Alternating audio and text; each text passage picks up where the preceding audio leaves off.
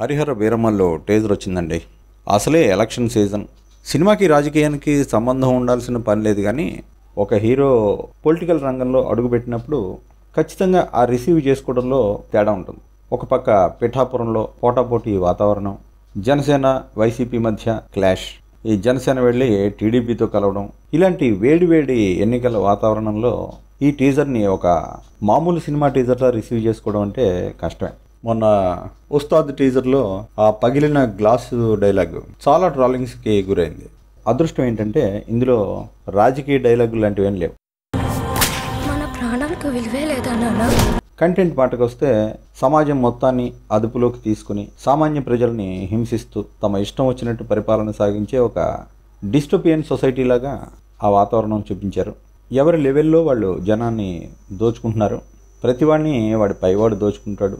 మనని దొర దోచుకుంటే దొరని గోల్కొండ నవాబు దోచుకుంటాడు, ఆ నవాబుని ఢిల్లీలో ఉండే మొఘల్ చక్రవర్తి దోచుకుంటాడు అన్నారు.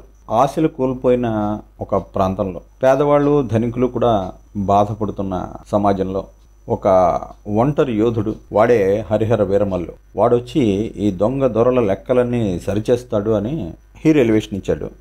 మన పైనున్న ఈ దొంగలందరినీ దోచుకోవడానికి ఆ భగవంతుడు ఖచ్చితంగా ఒకరిని పంపిస్తాడు.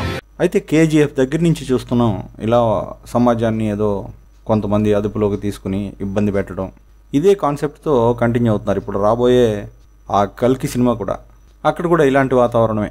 విలన్స్ అదుపులోకి వెళ్ళిపోయిన సమాజంలో సామాన్యులు ఎవ్వరూ ఏమీ చేయలేని పరిస్థితుల్లో ఒక దొంగోడో, ఒక బూచోడో, ఒక అవతార పురుషుడో ఎవడో వచ్చి వాళ్ళని రక్షించడం. మరి ఇదే కాన్సెప్ట్తో ఇంకా ఎన్ని సినిమాలు వస్తాయో చూడాలి.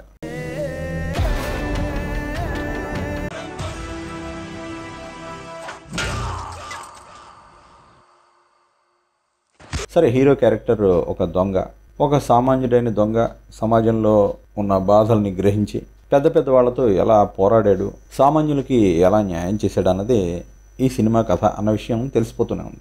అఫ్కోర్స్ దీనికి కాస్త చారిత్రకమైన బ్యాక్గ్రౌండ్ కూడా పెట్టుకున్నారు.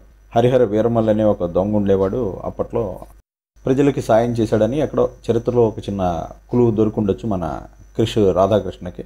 ఆ చిన్న క్లూ ఆధారంగా తన క్రియేటివిటీతో ఇంత పెద్ద స్టోరీ తయారు చేసి ఉండొచ్చు. ఎందుకంటే ఇప్పటికే ఆయనకి అలాంటి అనుభవం ఉంది. గౌతమిపుత్ర శాతకర్ణి గురించి కూడా చరిత్రలో మనకు లభించే విషయం చాలా తక్కువ. ఆ అవైలబుల్ ఇన్ఫర్మేషన్ని కాస్త జూమిన్ చేసి క్రియేటివ్ మసాలా అంతా యాడ్ చేసి దాన్ని స్టోరీగా చేశాడు ఆయన.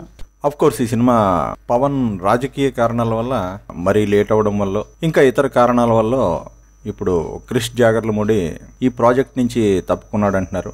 మరి ఏఎం రత్నం గారి పెద్ద అబ్బాయి జ్యోతికృష్ణే ఇప్పుడు ఈ సినిమా డైరెక్ట్ చేస్తున్నాడు. అయినప్పటికీ డైరెక్టర్గా క్రిష్ పేరు వేస్తారనే తెలుస్తుంది, ఎందుకంటే ఈ థంబ్నెయిల్లో కూడా ఆయన పేరుంది. మొదటి నుంచి క్రిష్ ఇలాంటి గొడవల్లోనే ఉన్నాడు. ఆ మణికర్ణిక సినిమా విషయంలో కూడా ఆ కంగనా రనౌత్ తన పేరు తీసేసి ఆవిడ పేరు వేసేసుకుందని అప్పట్లో గొడవ చేశాడు. సరే, ఏదేమైనా ప్రాజెక్ట్ స్టార్ట్ చేసింది ఆయనే కాబట్టి ఆ పేరు ఏదో వేసేస్తే సరిపోతుంది, లేకపోతే మళ్ళీ సినిమాకి అదో పెద్ద తంట అవుతుంది. ఛత్రపతి శివాజీ మహారాజు గారి స్వరాజ్య స్వప్నాన్ని పునర్జీవింపచేద్దాం.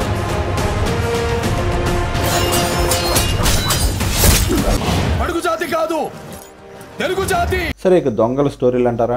ఈ మధ్యకాలంలో టైగర్ నాగేశ్వరరావు అనే సినిమా వచ్చింది. అది కూడా ఇలాగే పెద్దవాళ్ళని దోచి పేదవాళ్ళకి పంచిపెట్టే రాబిన్ హుడ్ టైప్ క్యారెక్టర్ అని ఎలివేట్ చేశారు.